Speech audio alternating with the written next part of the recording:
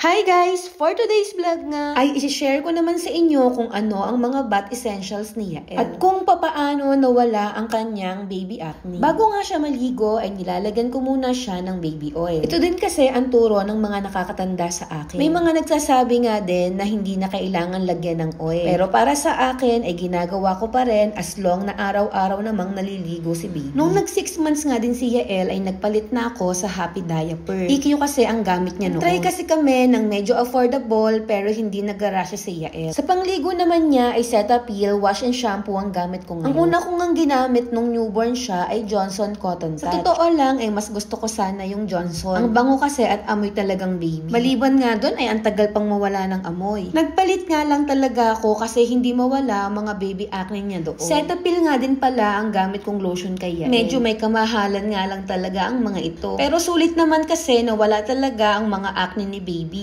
At matagal din naman ito bago maubos. Pero ang tunay, tinitipid ko lamang talaga. Charot. Pagkatapos ko nga siyang lagyan ng lotion ay naglalagay din ako ng polvo. Enfant powder anti-rash nga ang gamit ko. Maganda nga rin itong gamitin at ang bango pa. Ito din kasi ang gamit ng pamangkin ko noon kaya sobrang nagustuhan ko. Noong newborn nga siya ay sa pampam niya lang ako naglalagay. Pero ngayon, pati dibdib at likod niya ay nilalagyan ko na din. At hindi naman ito ganoong kadami. Madami ding mga mami ang hindi naglalagay ng polvo kasi madami din daw itong side effect. Pero based naman sa mga experience ko, lalo na sa aking mga pamangkin, ay okay naman at wala naman kung anong nangyari. Pero kanya-kanya naman tayong mga mami. Para sa akin, ay wala naman tayong maling ginagawa, lalo na kung para sa mga baby natin. After ko nga siyang lagyan ng polvo, ay binihisan ko na rin si Yael. Mabuti na nga lang at hindi siya umiyak ng mga oras na iyan. Pinakaayaw niya kasi talaga na ginagawa sa kanya ay ang binibihisan siya ng damit. After niya ngang magbihis, ay nililinisan ko na rin siya ng tenga. Cotton buds nga ng Tiny Buds ang gamit ko na panglinis. May scooper kasi ito kaya maganda siyang gamitin. Ito din ang gamit ko sa ilong niya. Kaso ng mga oras na yan ay ayaw niya. Kaya yung panghigop niya na lang sa sipon ang ginamit ko. Isa nga sa mga nakapagpawala ng acne ni baby ay itong Mustela Cleansing Water. Ito yung tingin namin na sobrang effective kay baby. Ito lang kasi yung in-apply namin sa mukha ni baby nung nagkaroon siya ng baby acne. 2 weeks nga after siya ipinanganak nang magkaroon siya ng acne at ganyan nga ang itsura niya. Sabi naman ng pedya niya ay normal lang ang mga ito at mawawala din paglipas ng araw. Nagkakaroon kasi daw talaga ang ibang baby ng ganito kasi nag-a-adjust pa ang katawan nila after nilang ipinanganak. Isa nga lang din daw sa mga dapat gawin ay proper hygiene lang lagi si baby. At based nga sa mga napanood ko, mabisa din daw na ilagay ang breast milk ng mga mami. Naglagay na din ako ng cologne ni baby and fan cologne nga din ang gamit ko. Sunod ko ngang ginawa ay nilinisan ko ng dila si Yael. Noon nga ay sinusubukan ko na tela lamang ang gamitin sa dila niya. Pero hindi ko talaga ito magawa. Feeling ko kasi hindi kasya yung daliri ko sa bibig niya. At sa totoo lang, natatakot talaga ako na linisan yung dila niya. Mabuti na lang at may nabibili na mga panglinis sa dila ng baby. Pagkatapos nga ng mahabang linisan namin ni Yael, ay pinadede at pinainom ko na din siya ng mga vitamins niya. Pinagluro ko nga muna siya ng ilang minuto bago ko siya patulugin. At syempre, sa likod ng fresh na baby ay may Hagardo na mami.